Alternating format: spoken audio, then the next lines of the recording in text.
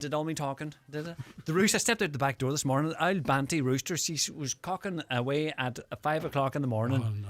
Why would you put yourself through that? What do you mean? No, but she's in the background. But she can't do a full cock-a-doodle-doo. She's going cock-a-doodle-doo. She don't know wee dirty thing. I know it's 2026, but I was under the impression a rooster was a he. No, It is. I. Do but I you're call her calling she? it she. Well, it could be a he, she. But sure, what odds? It's a rooster. Yeah, I think dig down too much into it. No, well, you want to dig a little bit, Right. especially if you want eggs. No, well, yeah. Aye. Yeah, no, but the hens lay the eggs. The roosters don't. The rooster has no act hand apart in it. What are you trying to say to me? Donald, do you need a rooster to have eggs? I believe so, but the rooster has, as you say, roosters are very much male. But so, are they no, they can't be needed she, to seal the deal? Now, come here. They're not needed to lay So the you egg. you don't need a rooster to lay eggs? Well, to be honest with you, I'm quite happy with my chickens. yeah, but it's the if you rooster. got rid of the rooster, would your chickens still lay eggs? Of course they would. Okay. I don't be so silly. So you mean to tell me that hens don't need men at all? No, they're going. Oh, is this the way we're going now? This No, morning? I'm. It's a genuine They're question. probably happy enough, but you know no, yourself. right. Do you know how a baby's made? Donald. No. What am I doing? Yes, I know how but, babies but, yeah, are but made. News is late. do you know how a baby's made, right? Why you, Okay, why but you a asking woman that can't question? make a baby on their own. Are you saying hens can lay eggs on their own and have Greg, chicks? Come on now. What is that? I'm not. You're late for news. The egg, which came first? Chicken or the egg? Go on ahead. Okay, Fly right. on. I think you don't know the answer. What do I do? Look, I'm not silly conversation. Okay, well, we've just done 2.5 hours So of that's it. silly for me. Donald, go on, read the news, will you? All right, it is Save 9 me, o'clock. for God's Time sake. for. Good I'm luck. genuinely not trying to try. It was a genuine question. I know you're not trying to tap me back. It's silly talk. I'm very sensible. It's 9 o'clock. Time for news update. Over to Donald Kavanagh. Thank you, Greg. Good morning. Senior personnel from the Banking and Payments Federation of Ireland will attend a meeting of Donegal County Council's Defective Concrete Blocks Committee today to discuss a number of pressing issues regarding the government's remediation scheme. The Banking and Insurance Focus Group says it's a critical engagement that must address crucial issues such as future mortgageability. The Focus Group says professional bodies that make the property market function have clearly identified that the revised draft of IS 465 is deeply flawed and problematic. A 33-year-old man remains in custody in County Derry as the PSNI investigate a suspected murder in Coleraine. 43-year-old Wayne Reid was found dead at an address in the Society Court area on Monday morning. A 35-year-old man has been detained in Derry on suspicion of indecent exposure. The arrest follows 2 alleged incidents in the city this week, one of them outside a school. With more, here's Tara Duggan. On Tuesday, it was reported a man indecently exposed himself in the Culmore Road area of the city. It happened shortly after 3:30 in the vicinity of a school. The suspect in the incident is described as a black male, approximately 6 foot tall, and wore a blue coat, blue chino-type trousers, dark-coloured shoes, had a tight, short haircut with an athletic build, and was aged between 30 and 40 years old. Then at around 2:20 yesterday morning, a woman was reportedly followed by a man she didn't know while walking on Great James Street. The male is described as having dark skin, wore a black top and grey bottoms, and followed the woman, walking a distance behind her. The woman made her way to safety but was left distressed by the incident. Police have now confirmed an arrest and say they're seeking information on both incidents, which they believe may be linked. The AI tool on X will no longer be able to undress pictures of real people. Elon Musk's platform says Grok won't produce fakes of victims naked or in revealing clothing anymore. The restriction will apply to all users. Gardaí and Commissioner Mann are investigating the issue here. More detail on highlandradio.com. And Letterkenny Municipal District has been told there is currently no funding available for an accessibility audit in Letterkenny. Officials were responding to a call from Councillor Jimmy Kavanagh, who says as a town with a population of over 5,000, Letterkenny is required to develop an accessibility strategy with an audit regarded as a fundamental part of that process. He says the council should immediately contact the government to seek funding for an audit and begin working on a local strategy as quickly as possible. There's a new strategy there, taking us up to 2030 as a national strategy. The local authorities have a big role to play in that, and not least in terms of accessibility. And that's what I'm asking. There's a recommendation that every town with a population over 5,000 have an accessibility audit done. I'm asking the council that we do that now, and that we cost that, and that we try and put a budget then together for it and see how much work we can get done during the lifetime of this council. Well, the forecast frost and any mist patches will clear this morning, leaving a mostly dry day with plenty of low winter sunshine. Some scattered showers affecting western parts later. A few heavy and thundery with local hail. Top temperatures today 5 to 7 degrees Celsius with light to moderate southerly or variable breezes. And that's Highland Radio News. We're back with news again at 10 o'clock. Check all the day's news on highlandradio.com. But for now, from the news team, good morning.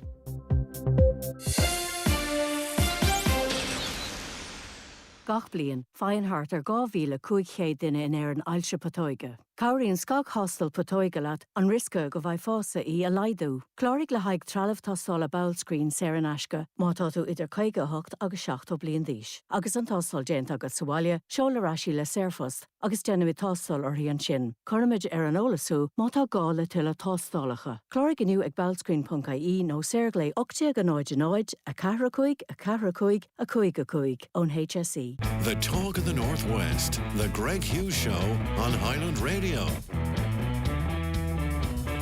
Hello and a very good morning. It's 5 minutes past 9 on this Thursday, the 15th of January 2026. How are you all keeping? I really do hope you're very well indeed. It's great to have you listening. It's great to have you on board. We're here between now and 11 o'clock with lots of information for you, lots of news, lots of views and interesting conversations as well. We love your interaction with us.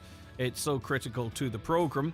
086 60 25,000, that's the WhatsApp and the text number, 086 60 25,000.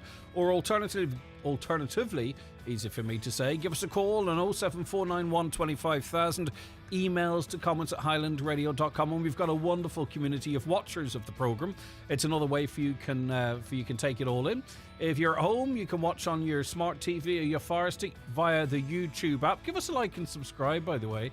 Or at least a like, or at least a subscribe, one of the two, or both. And you can watch us across your mobile devices on that platform, but also on Facebook and on X as well. And big changes in the world of X. We're not going to keep talking about it. I don't want...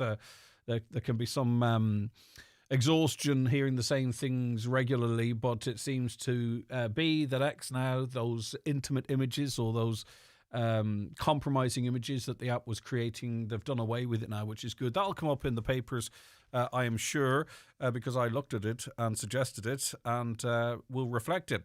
The Tyrconnell Tribune this morning, as the Mercosur row shows no signs of abating, the government has been accused of selling out the farmers, with opposition parties claiming Irish agriculture will be among the big losers from the deal. The criticism, first aired by Fianna Fáil backbenchers on social media last Wednesday night, came during a dull debate on a Sinn Féin motion opposing the deal on Tuesday evening.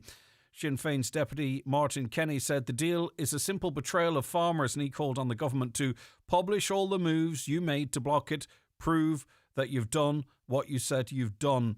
Micheál Martin's leadership is under renewed focus once again within his own party's online meeting. He faced the wrath of his backbenchers in their outright condemnation of his alleged dithering on backing the deal in the past year. And that dithering, if you want to frame it as such, was present during last week's visit to China, because the day before the government announced it would be opposing Mercosur, he was like, well, we'll see. We'll see what happens in the next day or two. So there you are. The Donegal News, focusing on the roads on their front page, concerns that motorists are flouting the speed limit on one of Letterkenny's busiest roads has prompted fresh calls for urgent safety measures to be put in place. It's emerged that the vast bulk of motorists are exceeding the speed limit on the Glencar Road above McGovern's Junction. That's close to the Gaelscoil there. The issue has been highlighted by Councillor Jerry McMonigal. Interesting, actually, the topic of Letterkenny traffic raised in the Dáil last evening, I believe. Deputy Padraig McLaughlin brought up the matter. I didn't have a chance to listen back to the audio, but interesting that it made the National Parliament. The Derry News this morning. A Derry woman who lost her daughter to drugs has vowed to keep campaigning for stiffer sentences for drug dealers. Pauline Duddy has been campaigning for tougher sentencing since her 21-year-old daughter, Jasmine, died in February of 2023 after taking Cregabalin. Cregabalin is usually prescribed by doctors to treat epilepsy and nerve pain. It was made illegal to possess the drug in Northern Ireland without a prescription in 2019. On to the Nationals now, and Elon Musk has walked free from jail, but unfortunately for him, it's likely to be a fleeting departure. He either loves the place or is incredibly principled, whether his principles on this matter are misguided or not. Everyone has their own opinions. But anyway, he is out. A High Court judge has freed Enoch Burke from Mountjoy Prison, even though the school teacher has not purged his contempt. Mr. Justice Brian Cregan said yesterday he was making the order in the interests of justice to allow Mr. Burke adequately prepare for a legal challenge he's brought against the appeals body that is considering whether Wilson's Hospital School was correct to sack him. The decision prompted an extraordinary series of exchanges between Mr. Burke and the judge. Mr. Justice Cregan told Mr. Burke, who appeared by video link from jail, that the order barring him from the school was still in place. So, and this is where sometimes I believe the Burkes perhaps aren't their own best friends. So he has been released from prison so he can appeal. He can bring a legal challenge against the appeal body that will consider whether or not his dismissal from the school is sound. So if he were successful, that dismissal theoretically, I presume, could be reversed, though I can't imagine him ever working there again. And therefore he'd be vindicated in his position. But rather than prepare for that appeal, he's committed this morning to go back to the school, which means he'll go straight back to prison. And the judge commented that he's never seen a situation like it before, where he's seen someone able to shoot themselves in the foot. So, as I say, it is a victory, but it doesn't appear like a victory to him. So he's going back to the school this morning. On to the Irish Times. This is something we might talk about a little later on. The majority of people in Ireland overestimate the number of migrants living in the state, according to a new study from the Economic and Social Research Institute. The misperception strongly associated with negative attitudes to migration, it found. The study was funded by the Department of Justice and involved an anonymous survey of 1,200 adults, and it found that most people believe immigration is happening on a larger scale than it actually is. Alongside measuring attitudes, the research asked participants to estimate key facts about immigration, such as population size and reasons for immigration. On average, participants estimated that 28% of the population was born abroad, though the highest official figure is 22%. I don't think that's a million miles out, actually. I think that's a decent guess. But anyway, participants also estimated that 14% of the population was born outside the European Union, UK and North America, almost double the true figure of 8%. Now, that is more interesting because I think sometimes maybe people don't include England, Scotland, Wales, other European countries when they estimate how many live here but weren't born here. But the figure from actually outside Europe, born outside Europe, is only 8%. Now, the thing is, it's where people are located and how they're located. And this is something the British have been commenting on as of late. It's perception. And if you congregate large groups of people from wherever they're from in certain areas, it's always going to give an impression that they're greater in number than if you had accommodation throughout society, throughout the community. So I can understand people being confused by that because it's about perception and it's about rapid changes of communities as well. The Irish Daily Mail tells us that the state is likely to begin the process of building or purchasing creche premises later this year. That's according to the Minister for Children. Figures released last year by Pobble, which manages early years programme, showed up to 40,000 children under the age of 3 were waiting for a place in a creche. That's a massive amount of people. And that's a massive amount of parents who are perhaps not able to get back to work or are having to make certain choices. Minister Norma Foley said yesterday has been a year-on-year increase in the number of places being provided throughout the country for a variety of different reasons. There are challenges, and these challenges are more acute in some places than they are in others. Obviously, the lead story on the Farmers Journal is going to be that Mercer-Core deal, as was outlined in our conversation with MEP Luke Flanagan. Their headline, Mercosur hinges on MEPs. The battle to stop the EU-Mercosur trade deal, though there is a battle also to make it pass, let's not forget, and it is winning at the moment. But the battle to stop the EU-Mercosur trade deal is now down to the European Union's 720 MEPs. Quite simply, unless they vote to reject the trade deal, it will be approved. A simple majority of 361 is required for that to happen, with most observers feeling that it is a big ask following last Friday's ratification of Mercosur by the member states despite Ireland's no vote. So 720 MEPs, they have votes. I think Luke Flanagan estimated that about 200 MEPs are going to vote no. So they need to find another 161 MEPs, which is effectively a doubling of the opposition to Mercosur, which seems very, very unlikely, doesn't it? There is another option to try and seek its postponement for another wee while, but we shall wait and see. So Gardaí are probing 200 child sex abuse images that originated from the X's AI platform Grok, as we've been discussing in recent days, and this is the Irish Daily Star. Pressure is mounting on the government to ban X in Ireland as Grok is allowing users to digitally undress women and children and men, of course, or anything. They can put a bikini on a cow. This is what this technology can do.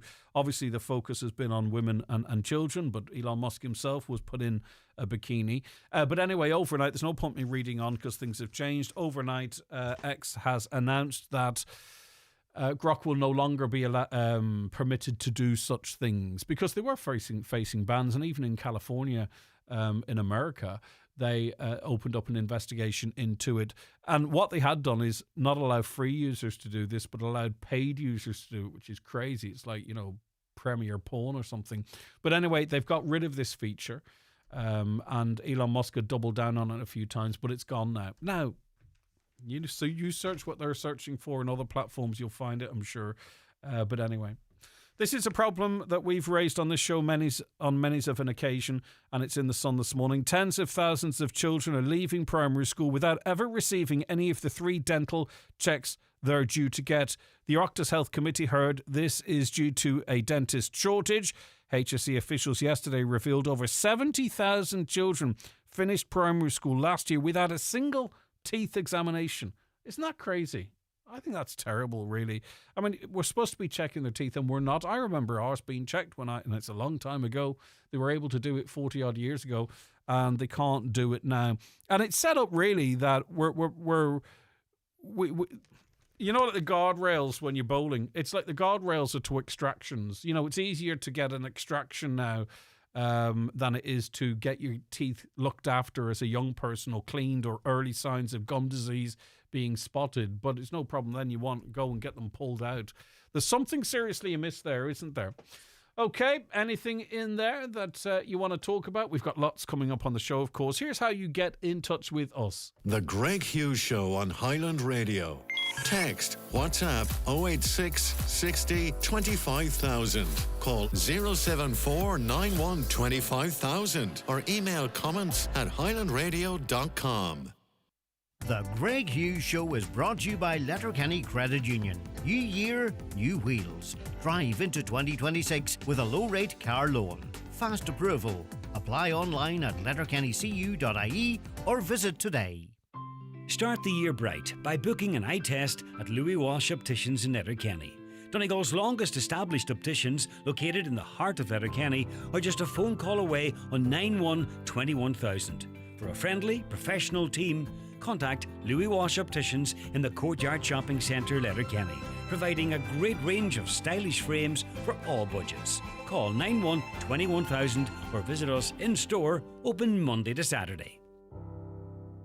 Stay warm this new year with Homeland's mega deals. There's a £104 flow gas propane cylinder, now €99, save €10. Cozy Home cold briquettes, buy 5, get 1 free. Cozy Home kiln dried hardwood crate, now €249, save 50. All this and more in store and online at homeland.ie until January 21st.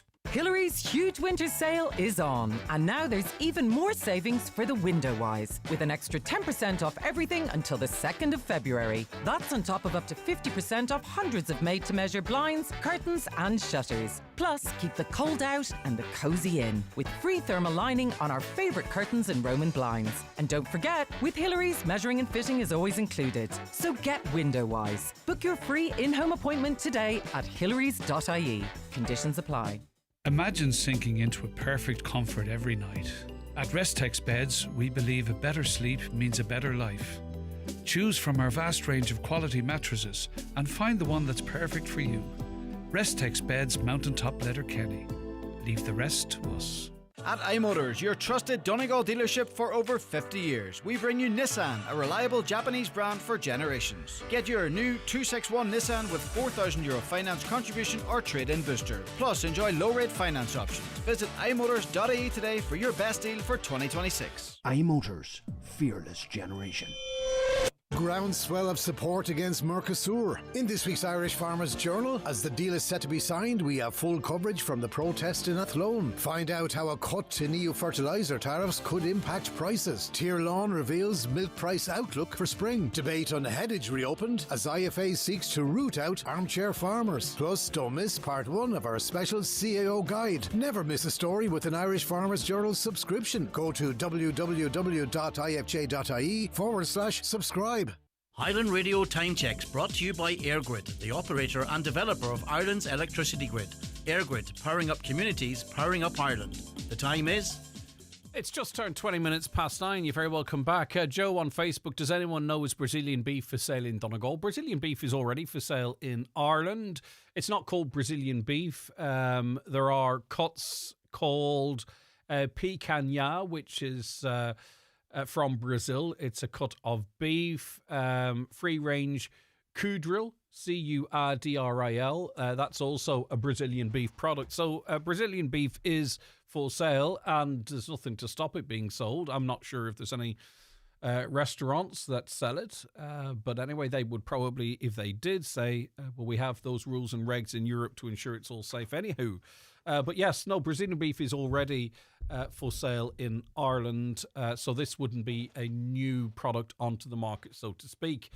Magella is with me now. Hi, Magella. Good morning, Greg. How are you keeping? Not so bad, thank you very much. Okay, and I hope everyone's okay in the house. Magella, you had an experience recently where you had to call the emergency services, and you're going to share that story with us. So I'll allow you, or I'll ask you to pick it up wherever you wish to pick it up, Magella. Yeah, my daughter was suffering all weekend with a pain in her side and been sick on and off. But she went to her own doctor on Tuesday morning and he examined and he said her appendix was very inflamed and he gave her an injection for the pain. So she got home here. We were getting actually ready to go to the hospital. She was told to go in A&E and she got violently sick and the pain got worse. And there were nobody here, only me and her. And of course, as a mother, I was scared and I didn't know what to do. So I rang for an ambulance at 1:37 and explained everything, and they said they would send an ambulance. Magella, is that AM or PM? Sorry, is that in the PM? In the afternoon. Sorry. Okay, yes. No, it's not. I just wanted to make sure I'm following you. Right, 1:37. You rang. Yeah, and the 999 caller rang me back at 1:30 to say that it would be another hour and a half to 2 hours before an ambulance could arrive. Jeez. That they were backed up, and could I possibly get someone to take her down to A&E. So I ran across to my good neighbour across the road, and she was home, and thankfully she took her down to the hospital.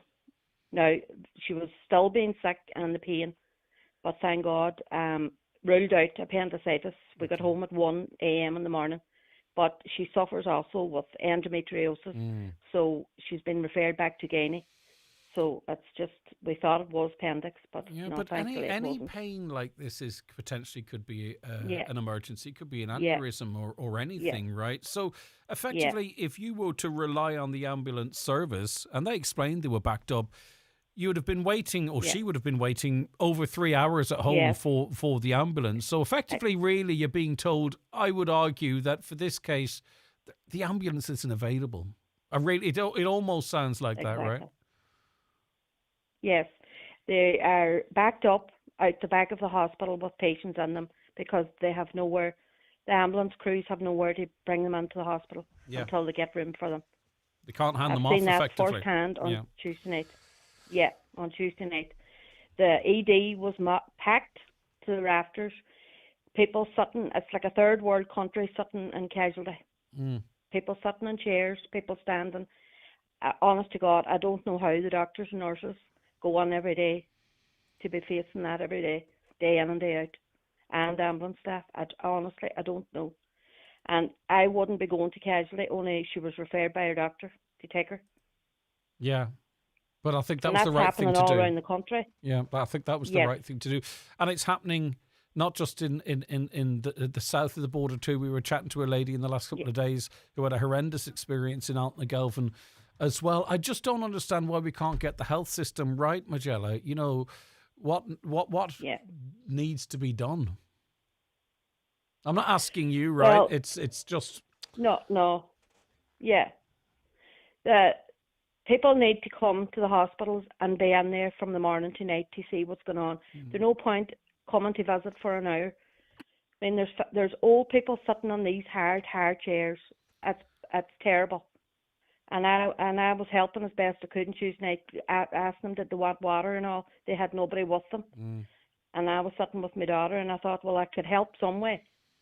But the nurses and doctors, like, they're doing their best. My daughter was well treated and got scans and all done, but there's an overhaul of everything needs done. What worries me, Magella, is, and it almost keeps me awake at night. In fact, it has in the past. Unfortunately, I know people who have done an 8, 15, 20-hour shift in the ED and they won't go back. You know, I think it's particularly older people. And I know there's people listening now who their mums and dads or granny and granddads have says, I don't care what happens to me, I'm not going back there.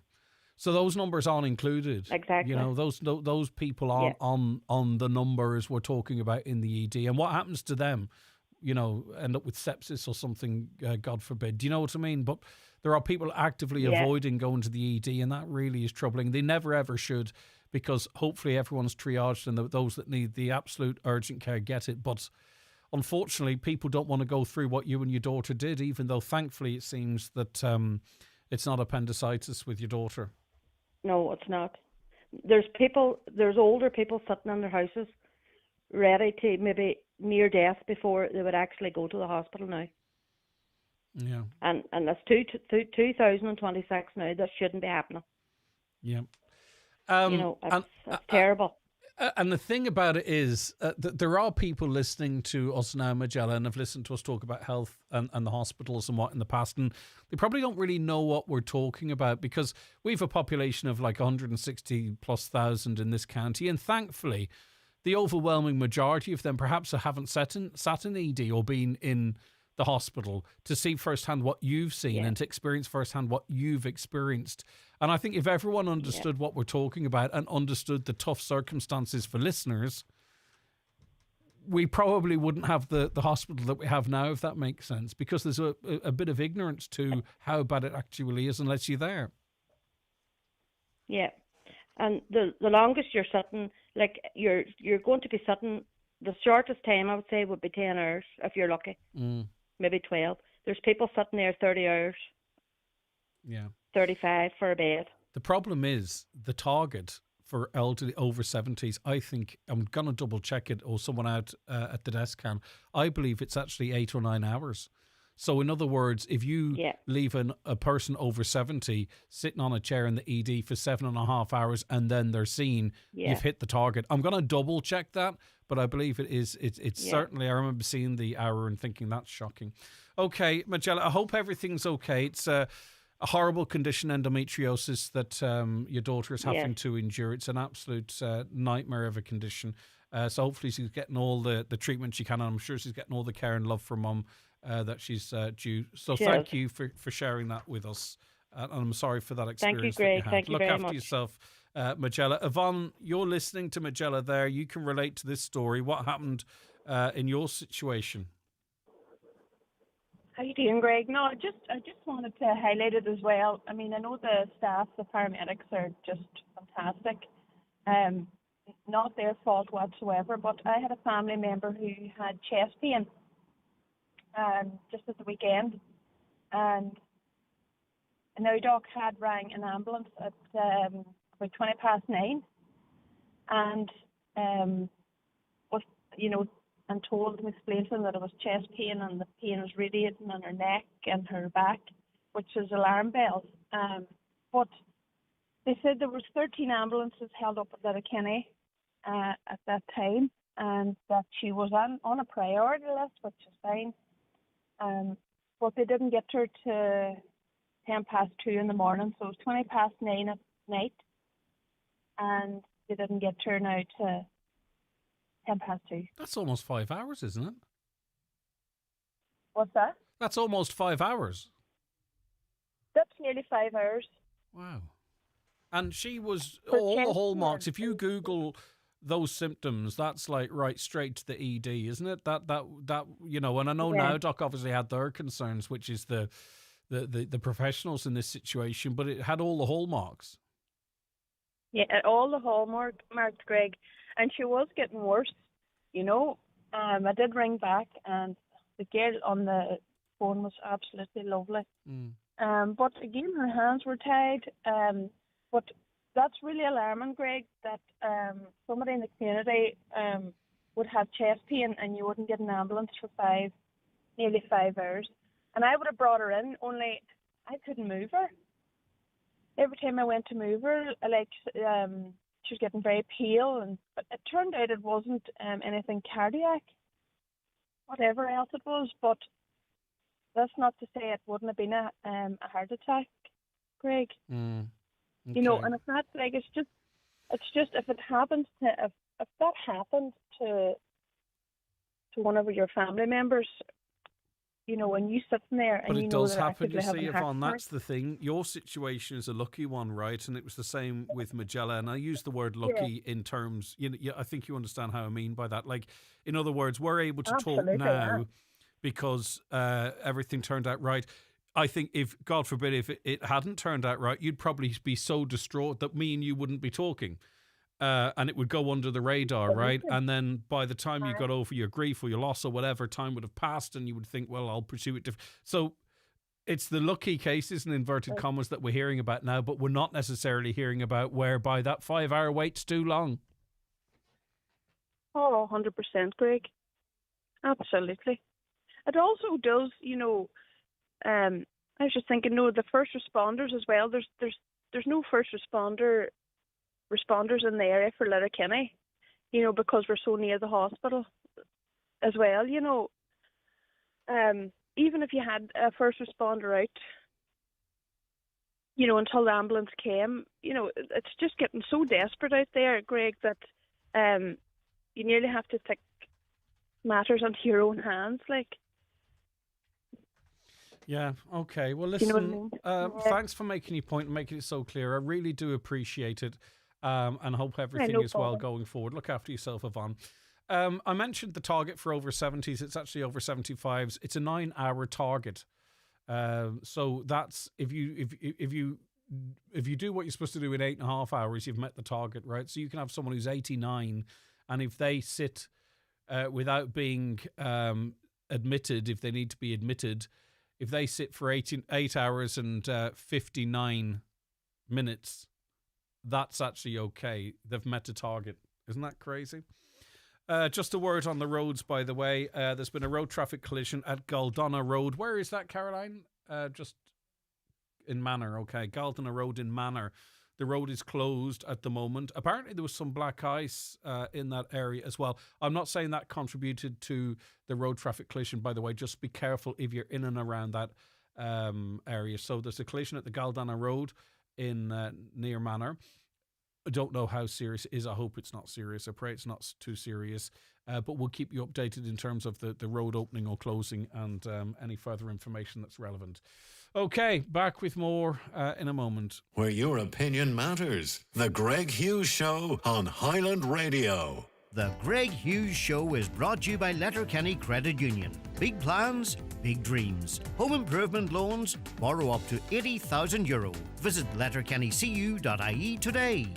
It's the famous Right Price Tiles Wood Flooring and Bathware half-price January sale. Get up to 50% off all tiles, wood flooring and bathware. Huge savings. Tiles from only $4.99, wood flooring from only $9.99 per square yard. And bathroom cabinets and toilets reduced to clear. Right Price Tiles Wood Flooring and Bathware half-price January sale is now on.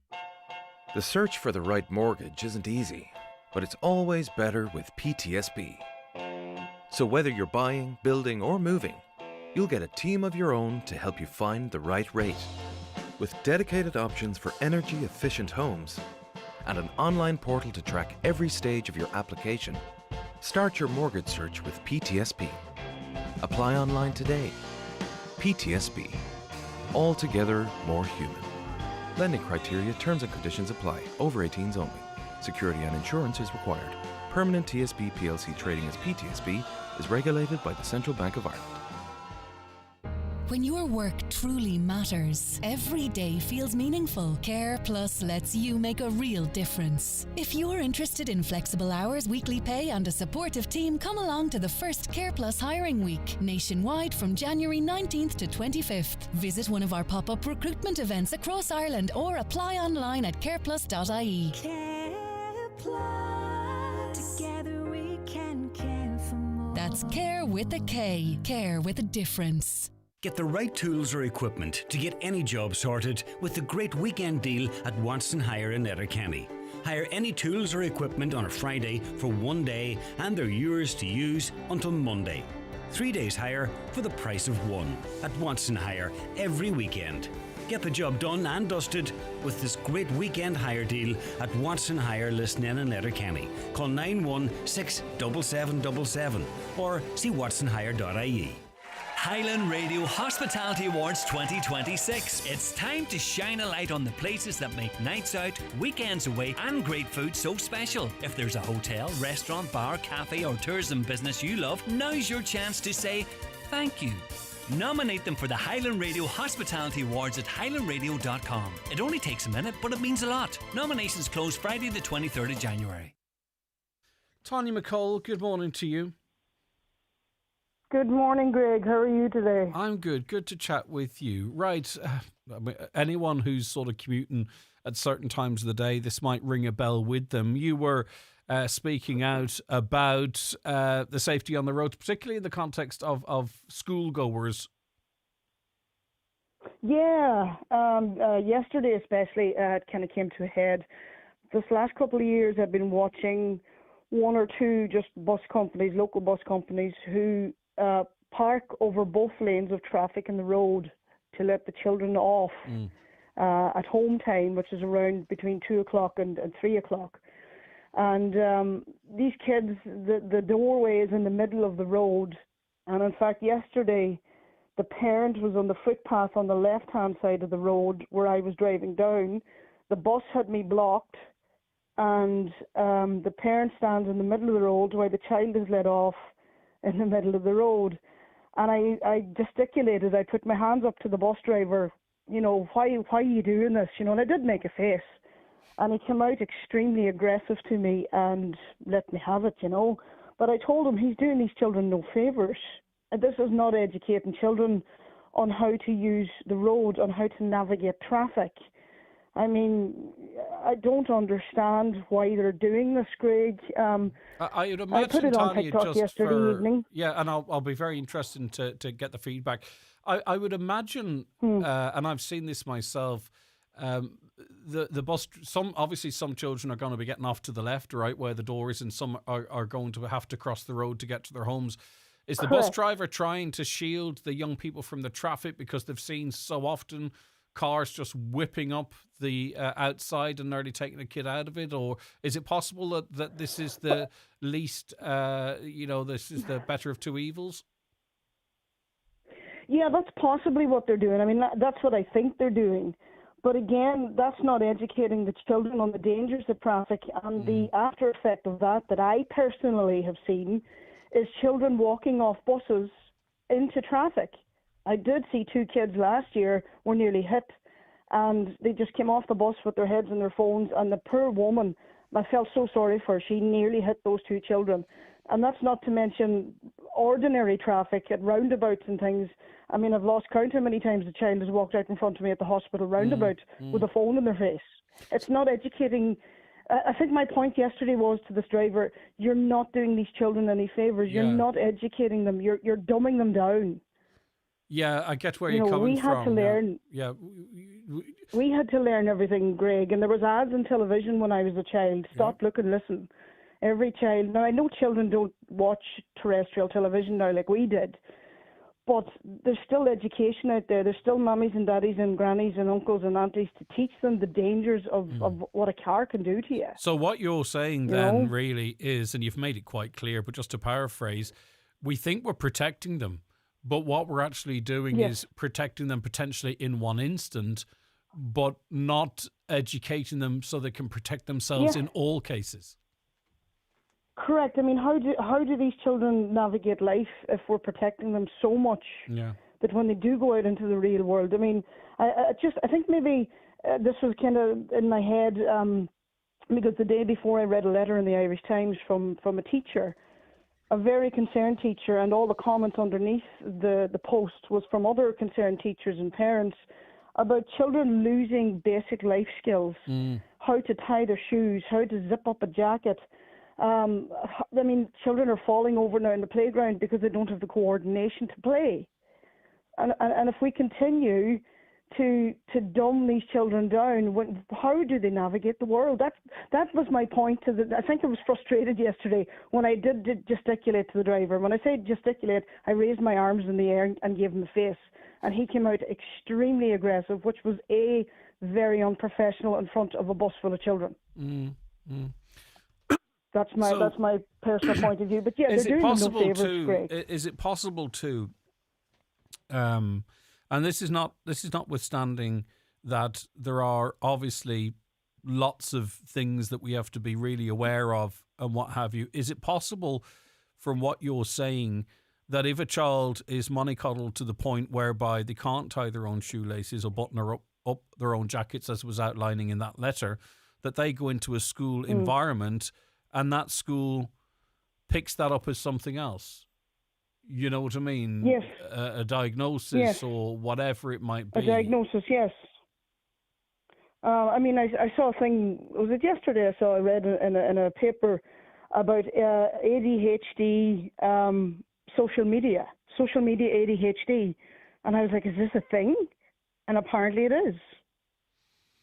We have to be careful because it might be a challenging conversation, but like this ties into a number of other things, especially when it relates to children.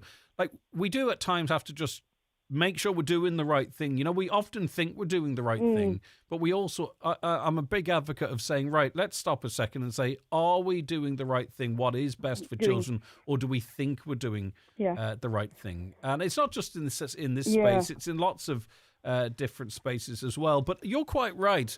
You know, we would be familiar with adverts if you're of a certain generation where this was, and you're quite right also. I don't watch terrestrial TV anymore, if I'm honest, so I wouldn't see the ads. But we've all seen the look left, look right, you know, a catchy theme tune and all that stuff. Is that still ongoing? That's right. I don't think it is. I think the government have dropped the ball in regards to that, educating kids. I mean, it's funny, another thing came up the other day about, you know, children near water. And I remember ads on television as a child about that. It was like, I think the ad was, where's Grandad gone? And poor Grandad had fallen in the water, and it was the dangers of water. And the ads, you know, they scared you when you were a kid, but that was the point of them. You know, that was the point of the ads, was to make you stand up and listen and go, oh, I can't put my hand in the fire because I'll get burnt. Yeah, and also too, in terms of road safety, right? We our default seems to be shock and awe, right? So in other words, if you look at the RSA, the way they try and educate people is death is calling on the phone.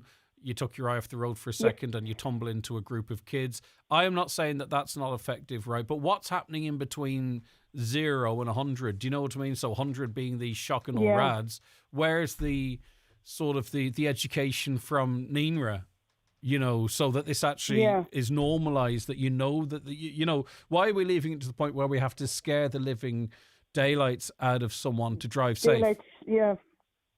So. Yeah, I don't understand that either. You know, I mean, there's also a part of, I think the children today are more desensitized than we were as children. I think though, I'm not sure they are, right? I think that's, again, Tanya, I'm not being argumentative. I think that's almost like a default position. I think that no, they're not. Let's start from NINRA or wherever it might be, talking about safety, talking about mortality, and in an age-appropriate way, to say that by the time you get to a certain age, that you value the gift that you Yeah. have, the gift of life. I remember at school being told about the gift of life and how important it is, and how Yes. it's not something that you can be taken for granted. You know, I Take for granted. yeah, Yeah. I don't know.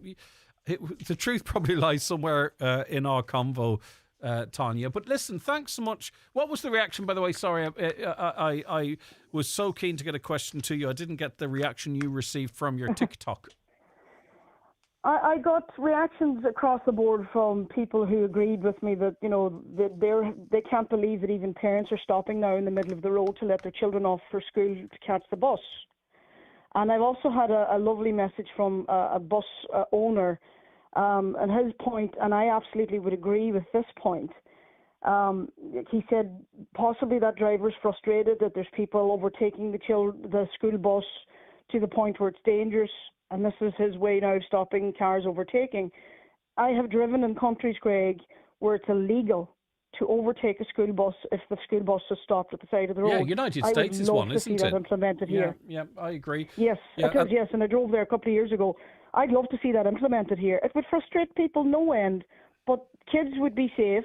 They would get off on the correct side of the road, and then they would navigate traffic to get to the other side of the road, like we've all had to do for generations. I see it every morning, whereby a bus pulls in to pick up a couple of their more grown-up children than national school children in very dangerous areas we talked about yesterday, actually. And you can't sit behind the bus because then you get overtaken as well, and you feel you do have to go out. That's right. All right, Tanya, listen, thank you very much for sharing your views with us. And I have got quite a bit of reaction in relation to that. Bus drivers in general do a brilliant job, says a listener, under difficult conditions, which we all agree with, and Tanya would agree with that as well. Without this woman or anyone else interfering in the work, they know best. Doing it every day, I wouldn't blame him for being so aggressive. Well, I think I would always, no one needs to be aggressive. But you see, this is one of those situations where, and I'm not putting words in Tanya's mouth, Tanya's actually said towards the end of that conversation as well, listen, you know, in other countries, you can't overtake a bus. So that would relieve the other frustration that led to bus drivers doing this. So we are all on the same side of safety, I think, by the way, because we can be very quick to all of a sudden start knocking heads when really I think we're all interested in child safety, aren't we? Right, it's a good idea. The busman is trying to save the children. I see often around the town, I presume they mean Letterkenny, 56-year-olds getting off a bus, the excitement of the day. Some people are trying. Okay, I'm a bus driver for 30 years and I block the road because it's for the safety of the child crossing the road so it doesn't get knocked down. I've been on to the Gardaí about it and they've said this is okay. The road is blocked because of the dangerous and ridiculous driving of some people. Agreed. So we could all be on the same page if we go back before where you felt you had to do this and start talking about this unacceptable overtaking of buses when they're pulled in doing a job. I'm going to take this break because I have to, and I'm going to come back with more of your comments in relation to that. It's definitely sparked an interest. The Greg Hughes Show is brought to you by Letterkenny Credit Union. Take control of your finances with a debt consolidation loan today. Call 074 910 2126. Apply online through our app or in office. Big savings are lighting up Donegal, Derry and Tyrone at Maxlight Lighting and Interiors on Main Street, Lifford. Get up to a massive 50% off lighting online and in-store. From luxury to modern styles, all exclusive to Maxlight. Rebuilding or renovating? Now's the time. Visit Maxlight today or see more at maxlight.ie. Take it to the limit. A celebration of the Eagles comes to the Radisson Hotel Sligo for one night only on Sunday, January 18th. Hear Johnny Brady, Simon Casey, Nigel Connell and the Sheeran family perform all the Eagles' biggest hits. Tickets from €34.50. Available from hotel reception or at takeittothelimit.ie. Ready to upgrade your car? At Shane Conley Cars in Donegal Town, we've got a great selection of makes and models to suit every budget. With flexible finance option and trade-ins welcome, upgrading has never been easier. Visit ShaneConleyCars.com or call in to see us at Shane Conley Cars, Drumlonagher, Donegal Town. If you're fitting a new kitchen or replacing some tired appliances, now's the time with the Ben Sweeney Euronics Kitchen Bundle. Get a single oven and hob, integrated dishwasher and fridge freezer, wash machine and tumble dryer, all for just €2,000. Other kitchen bundles are available on request. Call us today or visit Ben Sweeney Euronics, Port Road, Letterkenny, in the shopping centre, Dunlow. Hegarty's Home Interiors Buncrana, the biggest direct importer of sofas, beds, mattresses and flooring in the Northwest. Best in stock deals on selected sofas and corner sofas. Best in stock deals on gas lift beds. Best in stock on mattresses. Best in stock deals on laminate flooring, semi-solid flooring and carpets. Full fitting service on carpets and wood flooring. With a free delivery service throughout the Northwest, including all of Northern Ireland. Hegarty's Home Interiors Buncrana. Always lower prices.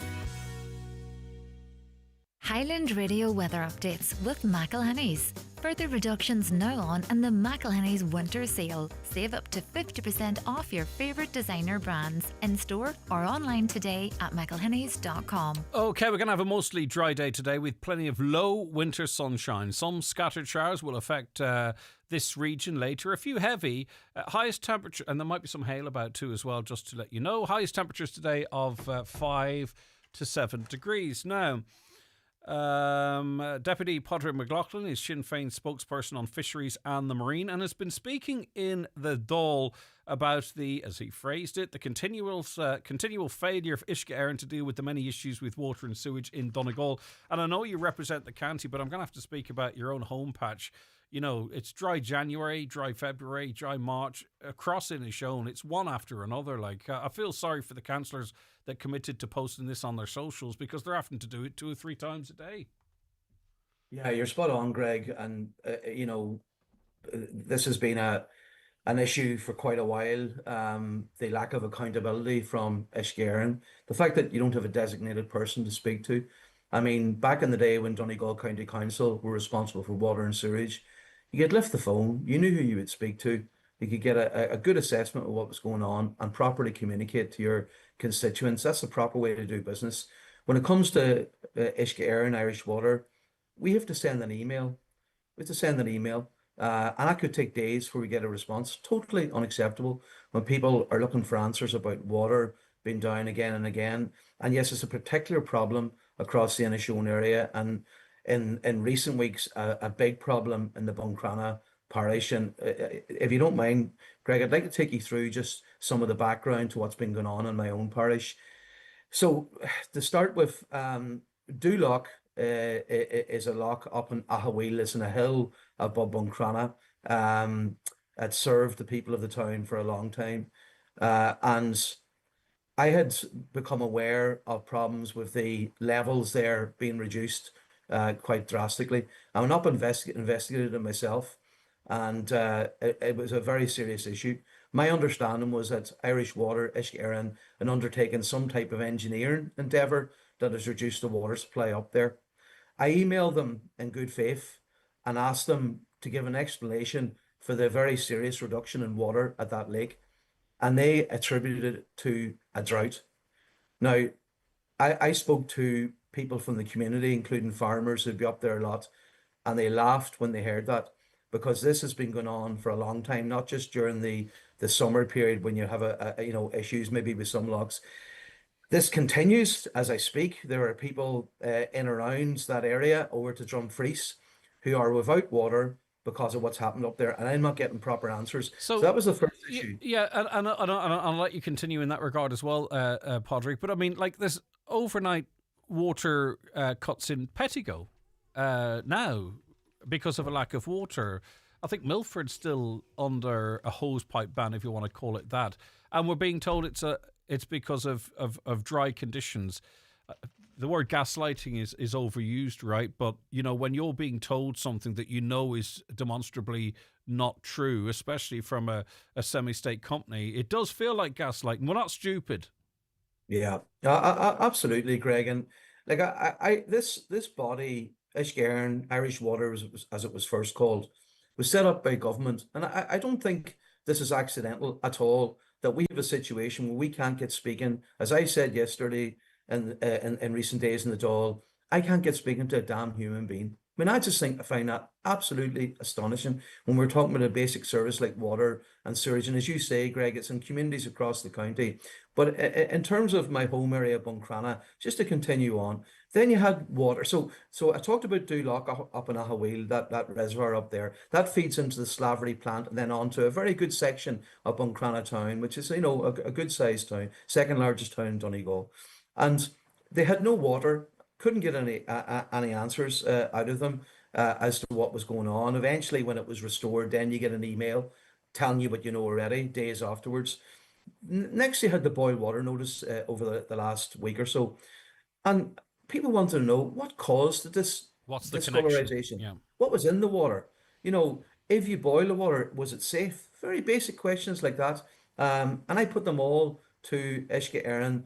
And what I have now is telling me what I know already is that the HSE tested the water is now safe, everything's back. It's like an AI, artificial intelligence, writing an email back to you in PR language, not a human being giving you the answers to the questions that you asked. Of course, you're going to advocate we're going to platform concerns of people currently on the supply. But this is what makes housing targets so laughable. How in God's name are we going to add further properties, either, water in, sewage out, when we're hearing this type of language? How can we trust Ishka Aaron to deliver what would be required to deliver homes? This is the biggest blockage to home delivery, poor infrastructure. How could any planning permission be given on the Duloc Reservoir or Milford or Pettigo when the current service is so poor? Do you know what I mean? Like, that's the problem, even if we did have the builders and the money and the will. Yeah, I was speaking to my colleague again yesterday, Jerry McMonigal in Letterkenny, just to recap on the Letterkenny issues and the Letterkenny's a town that needs to grow, and I'll be speaking to the Minister for Transport, the Dáil, later today about the issues of traffic and the need for him to come up and deal with that in Donegal. But in terms of water and sewerage, like, Ishka are just failing to have the vision about how you develop the town. But one of the things they're doing is taking the water from the Eddie Fullerton Dam. Now, I can tell you something now. If Ishka Aaron Irish Water were around at Eddie Fullerton's time, that dam would not have gone ahead. So they just don't have the vision. They don't have the resources, it seems to me, to push on and do the things that need to be done. So what Okay.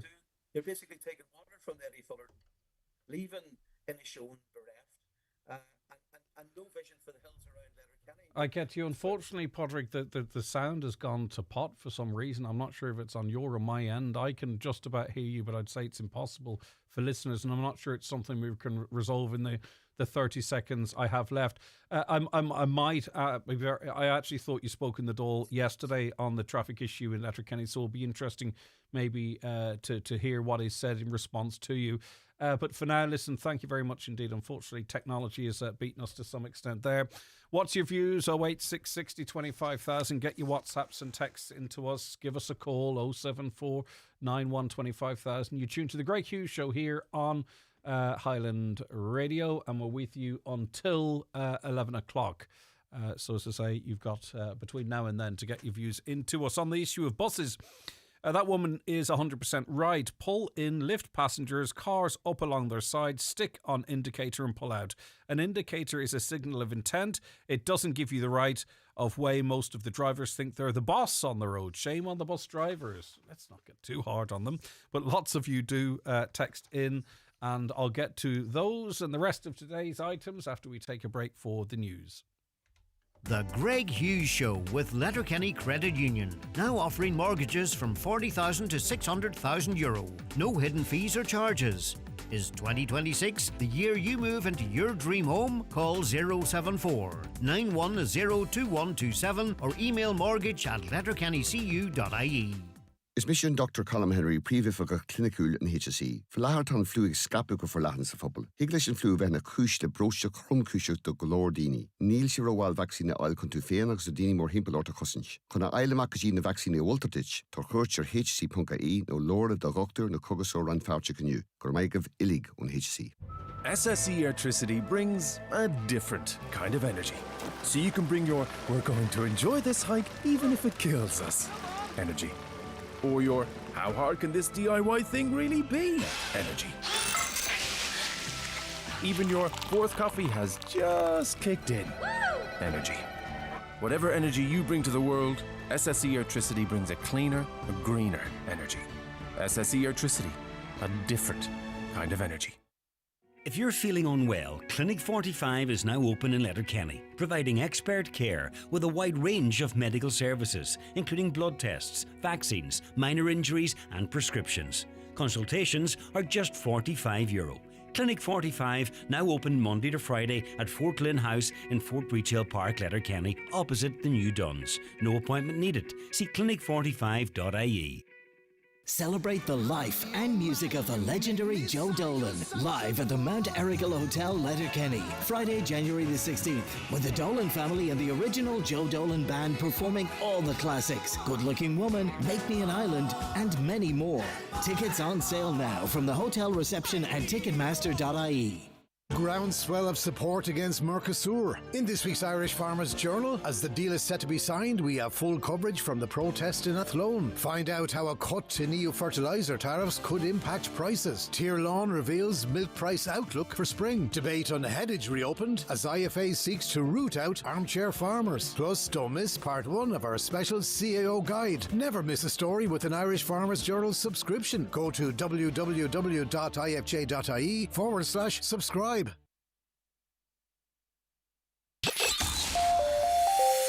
Live, on air, online and on the Highland Radio app. This is Highland Radio News.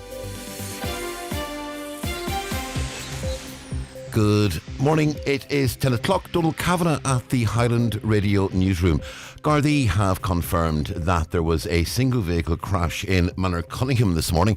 It happened shortly after, It happened shortly after 9 o'clock. It involved two cars in the Raymochy area of Manor Cunningham. Gardaí say one person was brought to hospital with non-life-threatening injuries.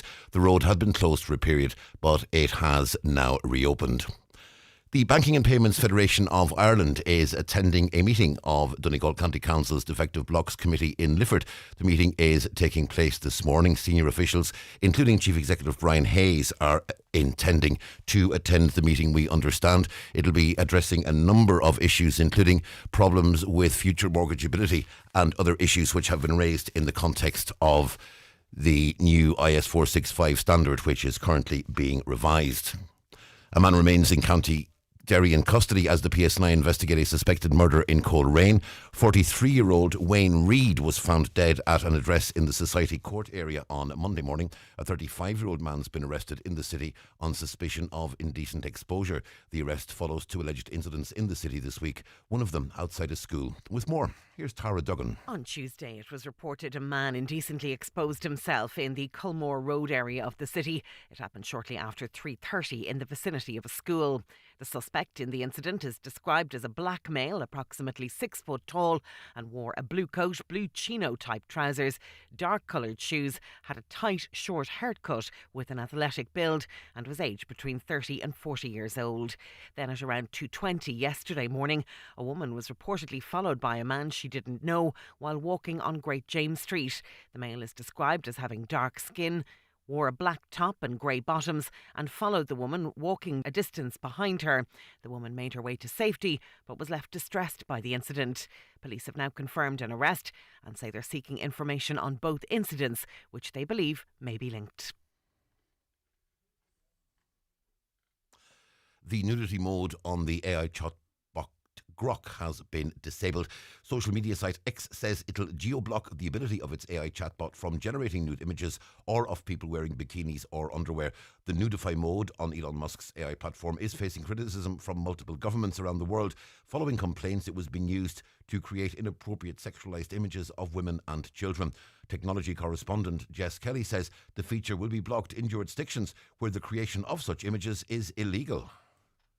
What's happened in the last number of hours is that Grok and X have confirmed that they will now geo-block the ability to alter the images of anybody to a state of undress in territories where that action is illegal.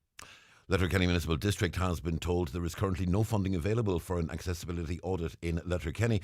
Officials were responding to a call from Councillor Jimmy Kavanagh, who says as a town with a population of over 5,000, Letterkenny is required to carry out an accessibility audit as part of a fundamental accessibility strategy which is being implemented nationwide. He says the council should contact government to seek funding for an audit and start working on a local strategy as quickly as possible. There's a new strategy there taking us up to 2030 as a national strategy. The local authorities have a big role to play in that, and not least in terms of accessibility. And that's from us. There's a recommendation that every town with a population over 5,000 have an accessibility audit done. I'm asking the council that we do that now, and that we cost that, and that we try and put a budget then together for it and see how much work we can get done during the lifetime of this council. Weather forecast: frost and mist patches clearing today, leaving a mostly dry day with plenty of low winter sunshine. Some scattered showers affecting western counties later. A few heavy and thundery with local hail. Top temperatures 5 to 7 degrees Celsius. Light to moderate southerly or variable breezes. Tonight will bring long dry spells and some well scattered showers. Frost setting in where skies remain clear. Mist and fog patches as well. Lowest overnight temperatures -1 to 2 degrees Celsius. Light to moderate southeast breezes. Tomorrow, Friday, we'll see some frost or fog clearing quickly. It'll be dry for most with brighter sunny spells. The odd shower may occur with highest temperatures of 6 to 8 degrees Celsius. That's Highland Radio News. We're back with news headlines again at 11 o'clock. Check all today's news, of course, on highlandradio.com. But for now, from the news team, good morning.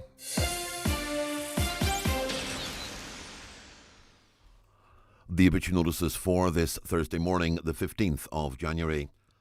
The death has occurred of Denise Egan Dorr, 2 Mary Street, Glynn, County Limerick, formerly of the Post Office, Ardra, Donegal.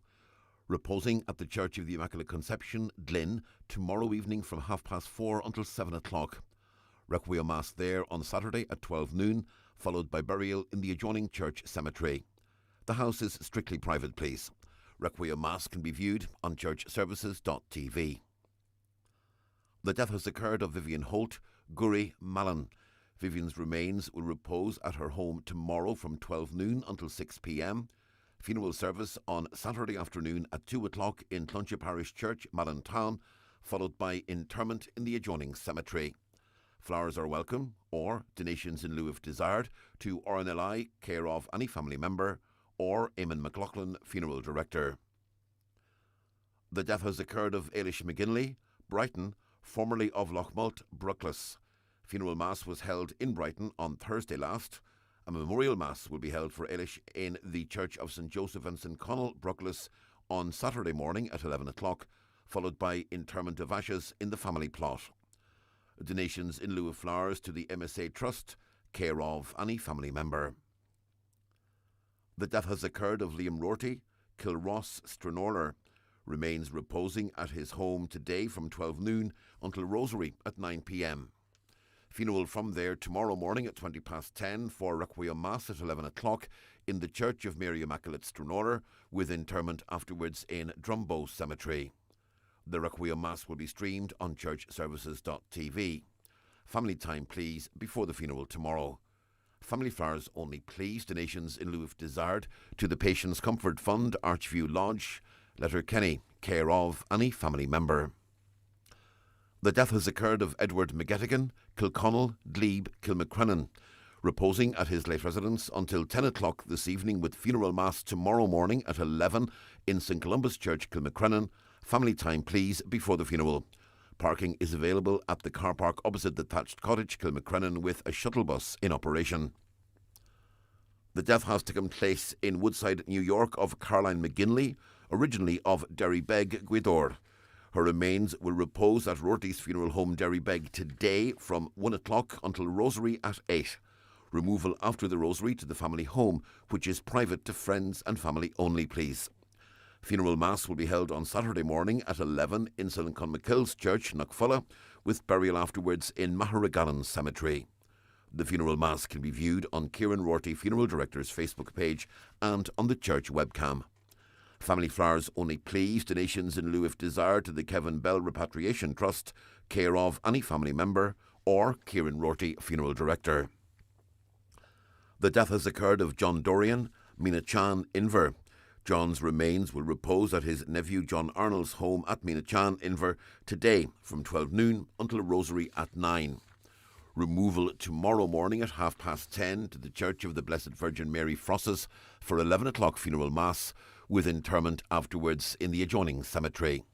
Family flowers only please donations in lieu if desired to the Alzheimer's Society of Ireland, care of John McGowan Funeral Directors, or any family member. The funeral can be viewed on mcn.live.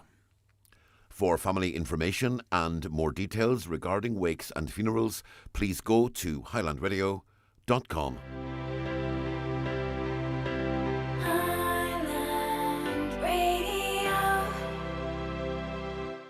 We all tend to push things out when it comes to our health. That's why, at Irish Life Health, we make it easy to act today. With 1 month free on our My Plan range for you and your family. So you can take charge of your well-being today. Search Irish Life Health 1 month free. A better life with Irish Life. Irish Life Health Check is regulated by the Central Bank of Ireland. 1 month free is equivalent to 8.33% discount over 12 months on new policies, starting January 1st to April 30th, 2026. Right, so it emerged overnight that the AI tool on X will no longer be able to undress pictures of real people. Elon Musk's platform says Grok won't produce fakes of victims naked or in really revealing clothing anymore. The restriction will apply to all users, i.e. free and paid. Here in this country, Gardaí and Commissioner Mann are investigating the issue. There's some investigations been launched in California. And of course, the UK government said if Ofcom wished to ban it, X as a whole until such time, or Grok as a whole until such time as this situation was resolved, then they would back them in doing so. To discuss this, Dr. Owen Fury, lecturer in computing and AI at ATU Donegal. I'm sure, Doctor, that Elon Musk was dragged to the table kicking and screaming to agree to this. I'm sure he was, but I think with all of these things, it is really concerning, very much for ordinary people out there. But unfortunately, this is the reality we're in. The AI Pandora's box is open, and I think there's a little bit of the fact that it's Elon Musk and the fact that it's Grok that it's making so much noise in this one. These tools have been available for a long time. Now, they've got very mainstream at the moment, which is very worrying. But also, with these tools, if you put these in the hands of probably more than likely adolescent boys, they're going to do bad stuff with them. Yeah, and just so people understand why I've been taking this issue so seriously, I have no doubt that thousands and thousands of images of women and girls in Donegal will have been created using Grok over the course of the last month or two, whether we like it or not. I have no doubt, and they are there now. They're in the ether, and that is why I have been talking about this so extensively. We were trying to put the genie in the bottle. This was happening an awful lot, and you're quite right. Adolescent boys probably are those that are going, wow, I wonder what this person looks like in a bikini. I wonder what that person looks like in a bikini. And it was a free-for-all up until very recently. Yeah, well, it has been.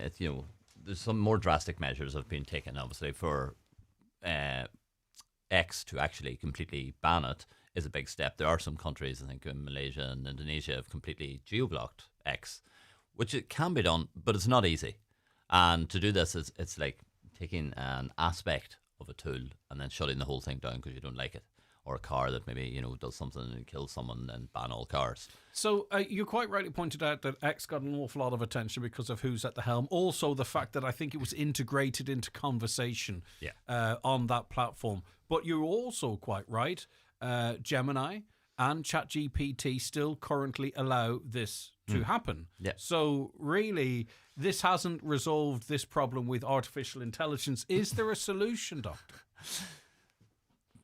No clear one. Okay, there's many aspects, there's many facets, and a lot of that is, I suppose, education of people. We talk a lot about AI literacy and what can be done, and people need to be, it's a bit scary, but they need to be a bit more realistic about what is actually available here and the potential dangers of these things. Now, this has highlighted it. In a way, I'm happy that it's highlighted. I'm not happy for anyone who's, suffered for this at all. It's a conversation that perhaps is too late in the evolution of AI. It's too late, but it's going to be ongoing. It's going to be ongoing because as these tools develop, they're in a massive race, as you mentioned, and they don't want to limit their one too much because they'll fall behind. So even with this stuff, the likes of Grok and Gemini are still being integrated into like US military systems. These aren't going away. They're not going to get shut down because people have shouted loudly. Right. Cars are produced that do 200 kilometers per hour, right? And, the law is enforced to ensure we stay at a safe level of speed, which is determined by any given country. But ultimately, whether we speed or not is down to us. Yes. That can be harmful to us, but it can also be harmful to other people if we involve them in a road traffic collision. Do we have to get our head in the space whereby these tools are going to be available? Yeah, and it's going to be down to educating people as to how we use them and so on and so forth. It's a clunky analogy, but is that not the reality? Well, it is. The education is a massive part of this, an actual responsibility. And the problems happen often with, again, the people who are likely to be slow to understand the rules are probably those who are developing and growing. But that is one part of it. There are certain technical things that can be shut off, and they definitely can be shut off. But people want the tool to be as useful as possible. They are all in a race to become like the Google, the one that people go to all of the time. And they don't really want to slow down its capabilities. Plus, a lot of the capabilities, they're not even 100% sure what they are yet. There's a massive movement called AI for Good, and they do a lot of really good stuff with AI. But as soon as I read that, everything, I think straight away AI for bad. Because we don't have to think that far to think, well, how could this be misused? And as you use the analogy of the car, you use the analogy and say, well, we ban a pen because someone wrote something bad. It can go to those extremes, but there's a lot of different aspects. We try hard, and we've got projects in the university. We had a very good one called Minding Media there a number of years ago that is about, media literacy for kids. Now, there's more of these developing, and they're coming out. There's a little bit of catch up with them because the AI stuff is moving so fast at the moment. It's really growing exponentially the capabilities. And there is the genie's not going back in the bottle in this case, but we can teach them. And the other thing is, Grok is only one. There's far more damage done on Snapchat than there is on Twitter or X. Particularly by young people. Yes, but the thing that's particularly concerning about this, so I'm not sure if you're on about maybe the sharing of intimate images or bullying, right? Yeah. But that might be the decision a person makes, and it could be the wrong decision to take a picture of themselves and forward this on. Yes. But what the AI allows people to do, to the point where you can't determine it from a real image, to take an image of you and put you in compromising gear. The problem with the AI in this area, I think, as well, is some people might see a function of AI to edit their own photos. Yeah. And I can't see how, technically, they are going to be able to take off what would be a very valuable feature of AI with how it could be abused. And I don't see, at the moment, personally, I think this is X at the moment circling the airport dumping fuel. Yeah. This is not really where we're going to end up. No, I don't think so. And these tools, funny image filters and on selfies and stuff are a massive thing for a long time. And people want their photo on Instagram or whatever to look their best version possible. And if it's tweaked a little bit, but if it's tweaked a little bit, it can be tweaked a lot. And as you rightly say, if the images are out there, people forget this all the time. The internet's like an elephant. It doesn't forget. No. You put something up there, it's out there. And it can be used. And the scary thing, though, as well, and this is why people are suggesting stick emojis on any pictures you over the face of your children. The thing about it is things are so advanced now.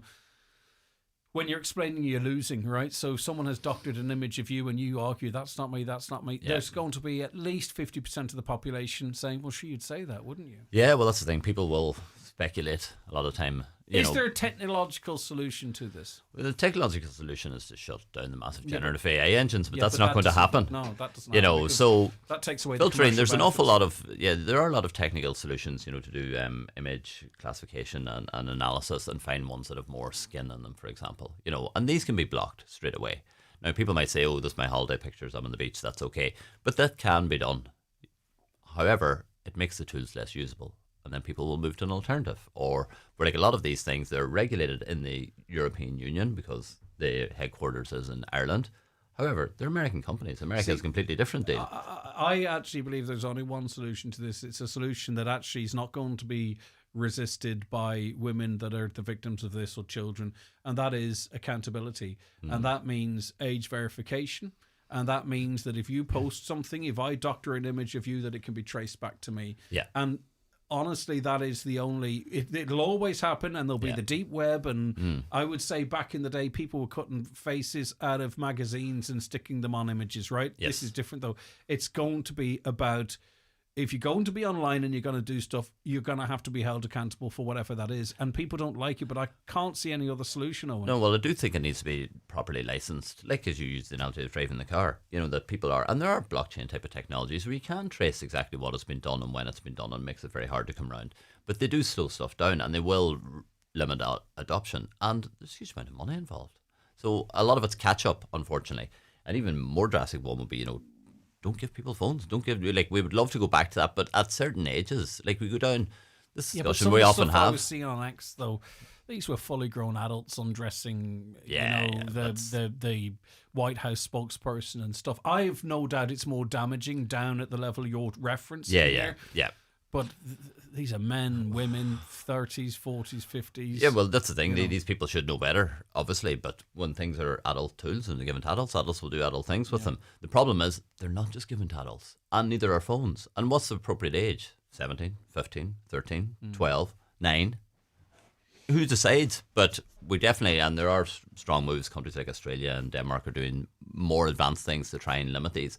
We need to follow up. But the kids in Australia are scrunching up their faces and bypassing the age verification. Yeah, I know. There's always, that's the thing. It's hard to get these technically right, but it's not impossible. They can do a lot. You know, and China actually had been doing a lot for a good while. I know people like to say China's always the bad one here. They had done a lot. Parents actually had to put in their own passwords or their own fingerprints to enable access. But they're not going to do that here. The West, in inverted well, the West, we like to think we're above this type of stuff, but maybe a quick not. question to you. The American economy is banjaxed at the moment, right? There's a couple of reasons for that, the high level of debt and all that. But another factor to this is the too many chips in the one pot technology, AI, etc. I've been concerned about the potential for an AI bubble burst. But I suppose it's like anything. If you're concerned about it for long enough, eventually you will be right, okay? But it just feels Meta, massive layoffs in their VR section yesterday. I know it's not the exact same, but it's in the same space. And as I say, concerns that so much investment going to in America is in this space that if it does eventually, you know, you just get a few big companies like you did with VHS, for an example, that there's going to be a massive problem if you've backed the wrong horse. Are we on the brink of seeing a bubble burst? Like, I'm still waiting on Google to make Gemini available on smart speakers. You know, how long do we have to wait before we see AI where it's actually day-to-day functionable and usable? That stuff is very close. You know, it is very close. And there's different aspects. You know, there's a lot of announcements. You know, what was the Google glasses, the new ones. You can see nice fancy Ray-Bans with them on, and they've got the same problems that it had before, and they've got AI enabled. So this stuff is everywhere. There is a risk of this coming, and companies like Nvidia are probably massively overvalued, but they don't want to take a risk of being left out because there's too much money. And even it's a question: is it even real money? You know, it's like a lot of these things moving around, but there is a risk. They don't want to be left out. Where exactly it's going, Ireland is quite well placed in this space, but what the ultimate result will be, nobody really knows. Yeah, we'll have to wait and see. I wouldn't be putting my I don't have a pension, but I wouldn't be putting my pension in. No, I wouldn't be betting on them. Betting on them either, but I wouldn't be betting against them either. No, indeed, of course, that's it. Dr. Owen Fury, lecturer in computing and AI at ATU Donegal. Thank you. Thanks, Greg. It's time for Vision Ireland Bingo on Highland Radio. It's Thursday, the 15th of January, Jackpot Day. You're playing for the jackpot prize of €12,800 on the pink sheet. The reference number is S14. It's game number 3. The jackpot number is 26. This number can come out in any position from the next 10 numbers drawn. And now, here are your daily numbers: 84, 90, 37, 77, 16, 58, 54, 8, 81, and finally 45. Phone your claim to 9104833 before midnight, leaving your name, contact number and the name of the shop where you purchased your book, and we'll call you back the next working day. Get all your Vision Ireland bingo information at highlandradio.com. The massive January sale is now on at Patterson's Kitchens, the Hall Lifford. Massive savings on kitchens, beds, sofas, dining sets and giftware, with up to 50% off selected mattresses. Hundreds of products in stock and ready for delivery or collection. Open Monday to Saturday 9 a.m. till 5:30 p.m. Get yourself down to Patterson's massive January sale. If you're considering making some changes in your home, Visit the big January sale now on in McGinley's Furniture, Letterkenny. There's great reductions in every department, with big savings on suites, beds, mattresses, living room and dining room furniture. Also on occasional furniture, including lamps, pictures and mirrors. That's all in the big January sale, now on at McGinley's Furniture, Portlink Business Park, Port Road, Letterkenny. See mcginleysfurniture.com. If you lose a partner, practical help can make a difference. The bereaved partner's contributory pension now includes qualified cohabitants. If your cohabiting partner died before July 21st, 2025, payments may be backdated to January 22nd, 2024, or their date of death, whichever is later, but you must apply on or before January 21st, 2026. To learn more, visit gov.ie/BPCP, a Government of Ireland initiative brought to you by the Department of Social Protection. The Greg Hughes Show is brought to you by Letterkenny Credit Union. Digital loans made easy. Apply online or through our app today and get the funds straight into your current account. Right, now I mentioned a little earlier on that a new study has been published. It's in relation to public perceptions of immigration in Ireland and the relationship to immigration attitudes. Co-author of that said report is Evan Karen Keel. Evan, I beg your pardon, Evan. Good morning to you. Good morning. How are things? Good. Right, okay, so the headlines were that there is perhaps a misunderstanding of the scale of immigration in this country, but I suppose I don't want the papers taking it, right? I want to hear what you have to say. So what do you see as some of the key headlines from this? Yes. So what we've done is we've asked a large representative sample of the Irish population about migration, and we've compared that to what we know from the official statistics. And what we know is that people have pretty strong misconceptions about both the scale of migration and the reasons why migrants come to Ireland, and other kind of aspects about the migrant population in Ireland. So, for instance, some of the key statistics that we're looking at here, when we ask people about the proportion of all the people living in Ireland who are from outside the EU, people on average guess that it's around 14%, and some people guess a lot more. When in reality, we know that it's about 8%, which is, almost half of that figure. We also see this with international protection. So when we ask people about recent non-EU migration to Ireland, people who are applying for residence permits, or people who are applying for residence in Ireland, we find that people on average think that it's around 20% of those people coming to Ireland that are coming for international protection. In reality, of recent migration to Ireland, it's only around 10%. And if you look at the international protection as a whole across all migrants in Ireland, it's only around 3% population. So in relation to that, so if we're seeing, firstly, people are miscalculating how many people from outside Europe are coming to Ireland, and of that, the majority of those then presumably are coming here legally on work visas, etc. The amount that are coming here seeking protection of all of those is actually quite a small percentage. Yes, it is, absolutely. And I mean, we also find this when we ask, this translates as well over to employment and tertiary education.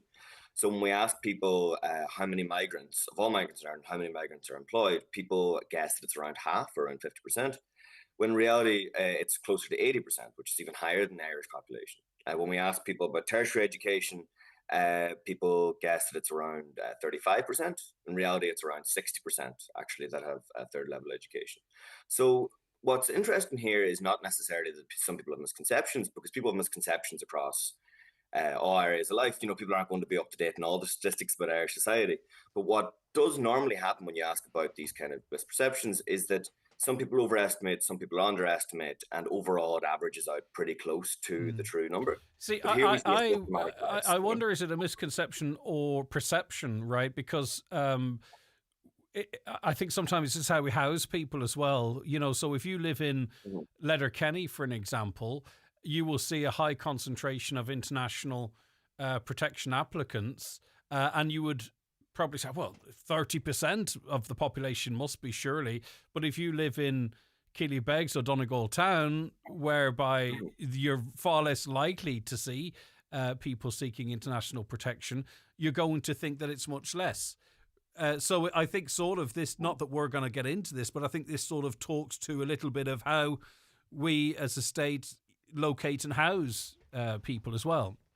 Yeah, well, this does touch on why this is the case, and we can't be sure, but we have thought about this and we've looked at the other results in the report, and what we know as well now, one of the reasons why we don't think it's fully down to why what people are seeing day to day and maybe like a availability bias or something like that, is that for instance, we don't find a major difference between urban and rural in terms of perceptions, but we also find misperceptions and other things that people don't see on a day to day basis.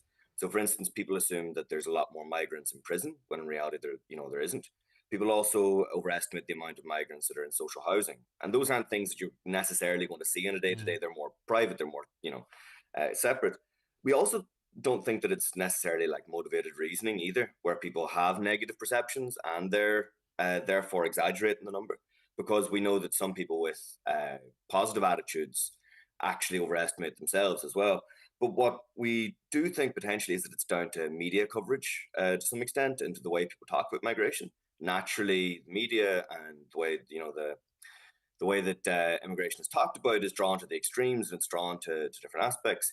But it doesn't necessarily naturally news isn't going to But get the day-to-day reality of again, migration, yeah, but I mean, see this logical information that you're giving to us now. If we look at what's coming from government, it is they that are talking of cracking down, increasing the amount of time before people can be reunited with their families.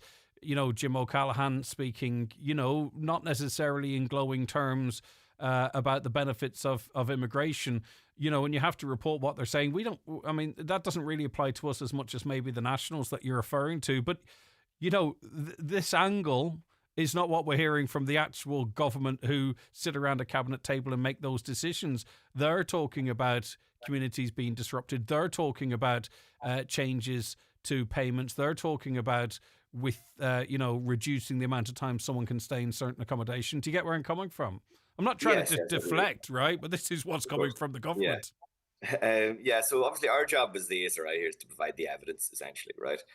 And what we're doing is, we're just providing the evidence to inform this debate and to show that, these are the kind of the real proportions, these are the real statistics, and hopefully to kind of, potentially in terms of correcting these misperceptions, to provide these statistics so they inform future debates. I think also too, it is about education. Like that question you asked about the amount of people living in this country from abroad. I'm not sure everybody knows people's rights if they are resident in Britain and Northern Ireland, or if they're resident in Europe, about the freedom of movement in terms of going to live wherever the hell you like. I don't think necessarily everyone gets that. Yeah, no, absolutely. There is, what this does raise is the question of whether or not we can really have an informed debate about migration while we have these kind of strong misperceptions about proportions and about here. And we do also find these misperceptions matter quite a lot for, or they're at least closely linked with attitudes. So broadly speaking, we find people who have the strongest misperceptions also have the strongest negative attitudes towards immigration as a whole. And we also find they're more likely to cite immigration as one of the main issues in Ireland. So broadly, we think that, informing the debate about immigration would be a positive thing and a positive thing for the country. And also we ourselves have to be free thinkers. You will see an incident involving a migrant being amplified 50 times over 10 instances on the same day involving someone who's Irish in inverted commas. And why is that happening? Okay, listen, Evan, thanks very much for that. I really do appreciate it. You're a Donegal person yourself, aren't you? I am indeed. All right, what part?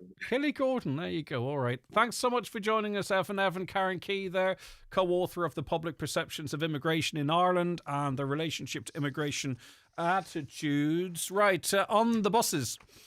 It's not the bus driver's job to teach the children the dangers of the road. The job is to get them home safely. Cutting across two lanes, I see it all the time, which makes sense to stop cars overtaking the bus while children cross. It takes a minute or two and the traffic is moving freely again. Surely this person has the cop on to know the bus driver is doing it for the children's safety, of course. But what she was saying as well is that really for the children's safety? Would we not be far better off putting more emphasis on the rules of the road and education in that regard? I sit behind buses that, and the buses in some areas they'll sit in the middle of the road, and other areas they'll pull off to the side of the road. They know where the children are getting on and off. And to be honest with you personally, I have no problem sitting behind a bus. I just sit there and twiddle my thumbs, and I make sure I've left enough time from home to work to accommodate that. A caller says we are constantly giving out about where we stop and park. Look at the size of our bus in comparison to the cars. Not easy to park or stop without blocking something. Another coming from bus driver. It's not our job to parent a child and teach them how to cross the road. What we do is get them to school or home, but off and out the bus, either into the street if the house or the school is safe. That's it. It's not our job discrimination to teach. It's not our job to teach a child anything. Hi, Greg, tell that woman what that is the bus driver protecting the children getting off the bus, with speeding drivers overtaking the bus, knowing that kids are getting off and will be crossing the road. They block the road to prevent this. A lot of love for the bus drivers, in fairness, I must say.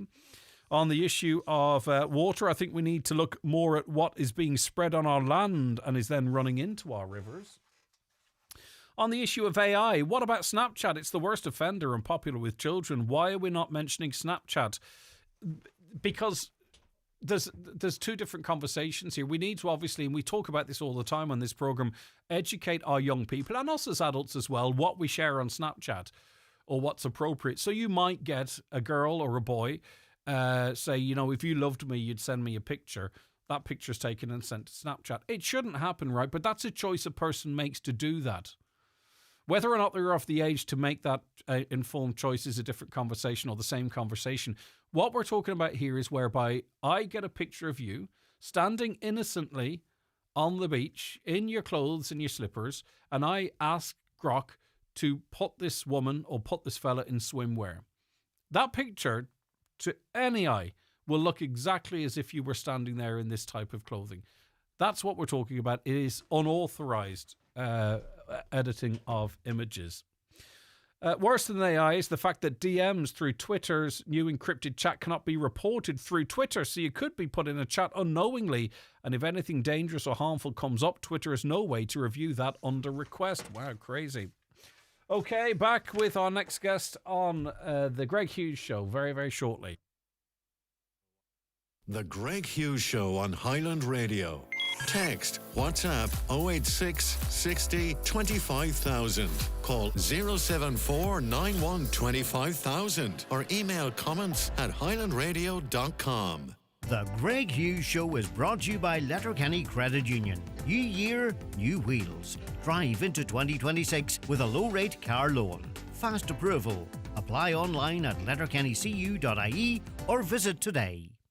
Hurry, the biggest sale ever at Easy Living Furniture is almost over. Don't miss your final chance to transform your home. Every department is bursting with unbeatable offers, including sofas, living, dining, bedroom, mattresses, accessories and more. This is your last opportunity to save big and make the most of these exceptional discounts at one of Ireland's largest furniture retailers. Shop at Easy Living Furniture, Crescent Link Retail Park, Derry, before the biggest sale ever ends.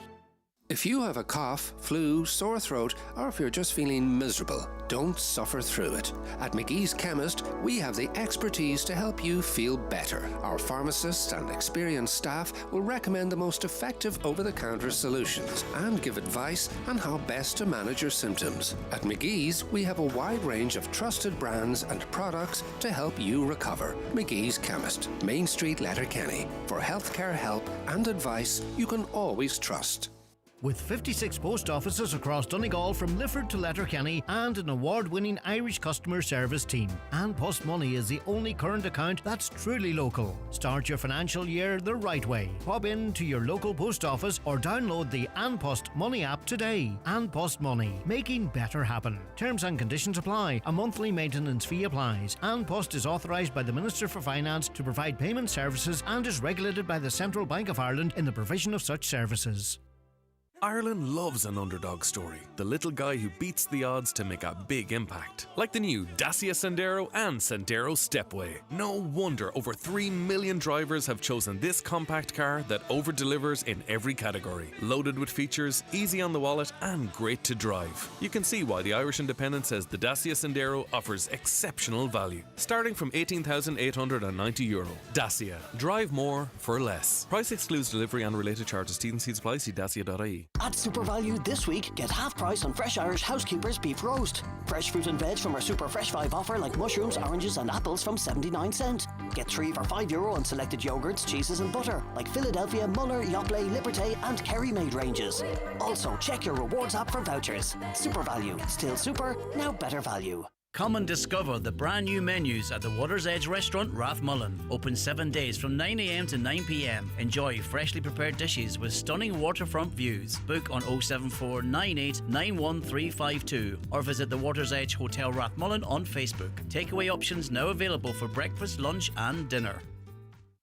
Good morning to Kathy, Joe, Dolores, Sebastian, Rosemary, Beth, Rosie, all amongst the regular viewers of the it's not the 9 till noon show, Caroline. It's called the Greg Hughes Show. Why do you keep telling me to say that? It's not my fault. It's the Greg Hughes Show. Right, Michelle, welcome to the programme. Thank you for joining us. We want to talk about pensions with you, if that's okay. Yes. Hi, Greg. I just was made aware during the week. My father has been in hospital for the last 6 weeks, and he wanted me to check his bank account. So I went and got a printout for him, and realised then that his pension hasn't been paid in since the 19th of September. Wow. Why? Well, I rang up the pensions officer in Sligo because there is none in Letterkenny, and they said that there was a public service card posted out to him in September and it was returned to them, which is not possible because he lives in a small town. The postman puts his letters into his letterbox, so it was never posted to him, obviously. So, what is the status of the pension now? Will they? Did they suspend it? Did they believe maybe something, God forbid, had happened to him? Like, you're in this now. Hopefully, you'll be able to get the arrears. But is it going to be a simple process? I mean, you shouldn't have to, Michelle. But I'm thinking now about this much needed money. I know, like he should have got his fuel allowance and everything, which nothing went into his bank account.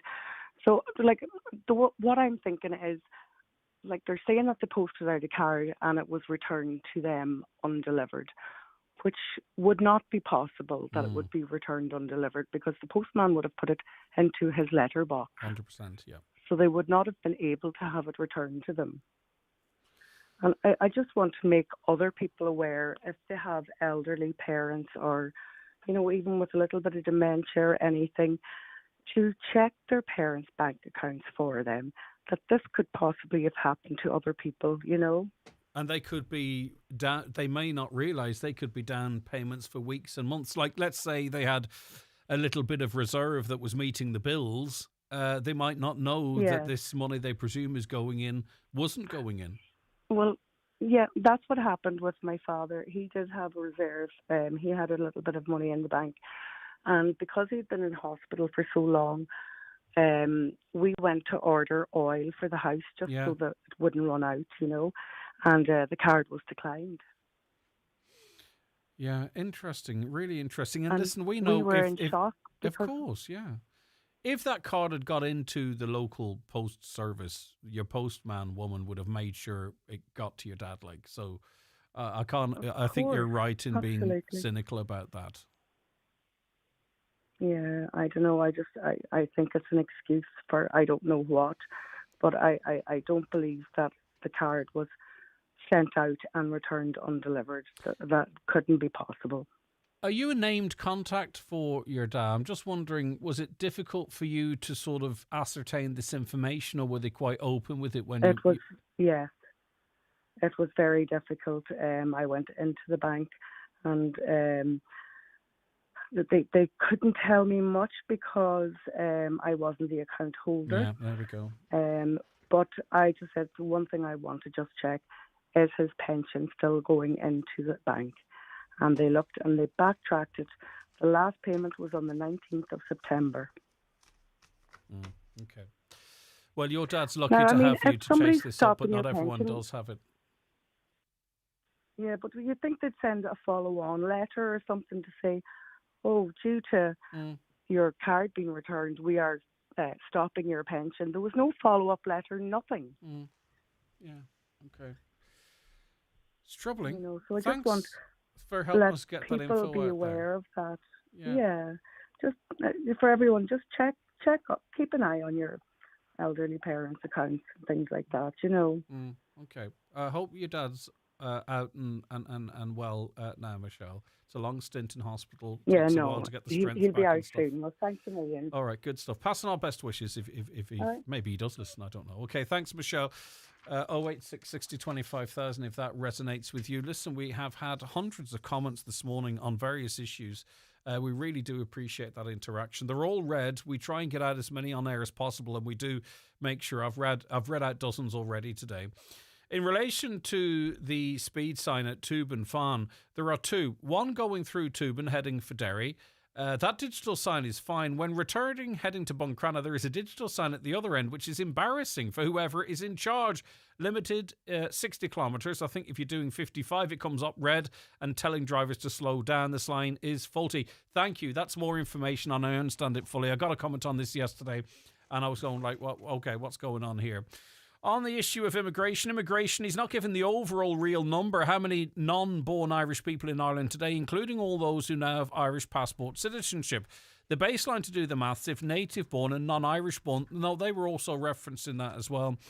As of Census 2022, there were nearly 632 non-Irish citizens living in Ireland, making up 12% of the population. That's figures 3 years old. I'm going to have to check that because we make sure we're not splitting hairs. When you say non-Irish, do you mean they don't have Irish passports, or do you mean they weren't born here? Because half of Donegal, our parents worked in Glasgow, in Birmingham, in London, all over the world. There's many, many people in this county who, and many, in fact, in politics, who were born outside, who would be classed as not native Irish, if that makes sense, right? But I want to double check your figures there just to be sure, because, as I say, facts matter, and I'm not saying you're wrong, but there's different groups of people. There's people that are born to Irish parents outside of the state living here. There's people from the EU and Britain that have decided to move here. There are people then from outside of the EU who have decided to move here or have fled here. So there's groups of different people, and we need to make sure we've got all the descriptions right to make sure we're putting out good information. The Greg Hughes Show is brought to you by Letterkenny Credit Union. Big plans, big dreams. Home improvement loans, borrow up to €80,000. Visit letterkennycu.ie today. Hillary's huge winter sale is on, and now there's even more savings for the window wise, with an extra 10% off everything until the 2nd of February. That's on top of up to 50% off hundreds of made-to-measure blinds, curtains and shutters. Plus, keep the cold out and the cosy in, with free thermal lining on our favourite curtains and Roman blinds. And don't forget, with Hillary's, measuring and fitting is always included. So get window wise. Book your free in-home appointment today at hillarys.ie. Conditions apply. My car, my rules. My laughing with friends place, or alone with my thoughts place. My private karaoke room. My mobile wardrobe. My pink fluffy slippers. My car is my me place. With AXA Car Insurance, you can protect the place where you can truly be yourself. And with accident forgiveness as standard, you won't lose your full no-claims discount if you have an accident. Get a quote online or call into your local branch. AXA. No, you can. Policy terms and conditions apply. Accident forgiveness is step back. No claims discount protection for customers with 4 or more years. No claims discount. AXA Insurance Stack is regulated by the Central Bank of Ireland. iCare Limited are a community-based charity supporting autistic individuals and families across Inishowen since 2000. iCare are recruiting a Chief Executive Officer based in Buncrana. This full-time permanent role will lead iCare through its strategic plan 2026 to 2031. Reporting to the board, the CEO will oversee operations, staff services, finances and advocacy. Please send your CV and cover letter outlining your suitability to admin@icare.ie by the 23rd of January 2026. Full job description is available at icare.ie, Facebook and Instagram. Not thinking about a new car? We have fantastic second-hand cars available with top quality trade-ins coming into stock this January. All cars are fully prepared in our workshop and ready for a new home. Visit imotors.ie today and upgrade with confidence. iMotors, fearless generation. Groundswell of support against Mercosur. In this week's Irish Farmers Journal, as the deal is set to be signed, we have full coverage from the protest in Athlone. Find out how a cut in EU fertiliser tariffs could impact prices. Tier Lawn reveals milk price outlook for spring. Debate on the headage reopened as IFA seeks to root out armchair farmers. Plus, don't miss part 1 of our special CAO guide. Never miss a story with an Irish Farmers Journal subscription. Go to www.ifj.ie/subscribe. Highland Radio weather updates with McElhenny's. Further reductions now on in the McElhenny's winter sale. Save up to 50% off your favourite designer brands in store or online today at mcelhennys.com.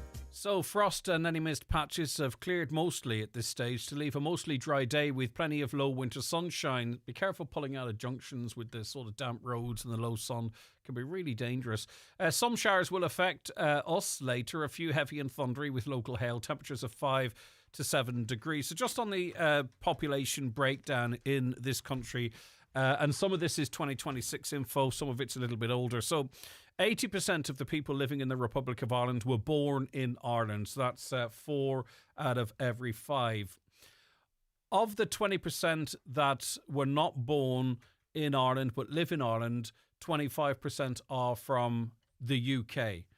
All right, so that leaves 15% of people living in Ireland that aren't from either Ireland or the UK. 10% of people now living in Ireland are from outside the EU and the UK.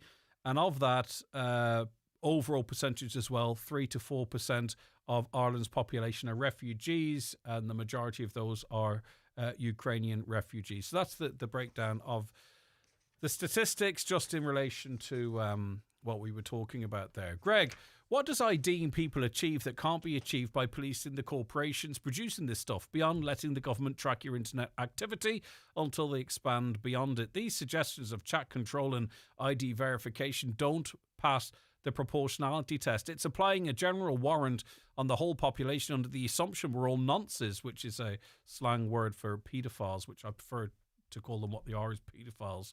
I hardly think it's fair that we have to give our text messages to the government and our IDs to Musk and Zuckerberg because the government has lost any semblance of a spine it ever had. Would you let the guards just walk into your kitchen for no reason without a warrant because think of the children? No, but if there was a strong suspicion... but that's like saying, to extend your analogy, that's like not policing at all the abuse of children because the majority of us don't abuse children. There has to be some level of oversight. And how could you walk into the kitchen of someone you suspect to be an abuser unless you knew who they were? Right? So to be honest with you, I understand your point. I get where you're coming from. I understand the reference to proportionality test. But there are checks and balances in every other part of life. But people want to do what they want to do online and perhaps don't necessarily want to be tracked in doing so. Margaret Gallagher of Gallagher's Buses. Good morning, Margaret. Good morning, Greg. Sorry for holding you there. You're annoyed by this chat we're having this morning. Well, I just thought I would give a bus driver's perspective compared with a car driver's perspective on the blocking of the roads. So this lady seemed to be annoyed that she was being held up, and she felt that we were losing the life skills of children, i.e. fastening laces, zipping up jackets, putting on jackets. Those life skills don't kill you if something goes wrong. But if a child is getting off a bus and a car hits it, there's no second chance in a lot of the cases. Yeah. A lot of the buses are blocking the road to safely allow children to go to both sides of the road. Mm-hmm. But what we are finding is cars are actually mounting the footpath. Wow. And almost knocking children down. That is against the law. Now, I have checked with the guards. We are perfectly within our rights to get the children safely off the buses, we're allowed to block the roads with our hazard warning lights on. Now, the hazard warning lights are there for a reason. They're warning you there's danger, there's something wrong. So I still don't understand why people think it's okay to overtake a bus with hazard warning lights on, overtake on the footpath, overtake on horizontal lines. Now, there's a particular crash. There's maybe about 3 buses. There's children crossing for all the different buses. There's children coming out of the crash for the different buses. And the cars still insist in driving in and out across the footpath into the crash. Yeah. Well, now, that's there's no respect for children. yeah. Listen, Margaret, I've no problem with buses stopping to safely. Yes, I have, safely. and I mean, I acknowledge that. Yeah. And I mean, I always acknowledge anyone who waves, and lets me let the children across the road. I wave to them. I acknowledge, I appreciate their efforts. But just for someone to complain that, it's not right, we're not teaching children anything.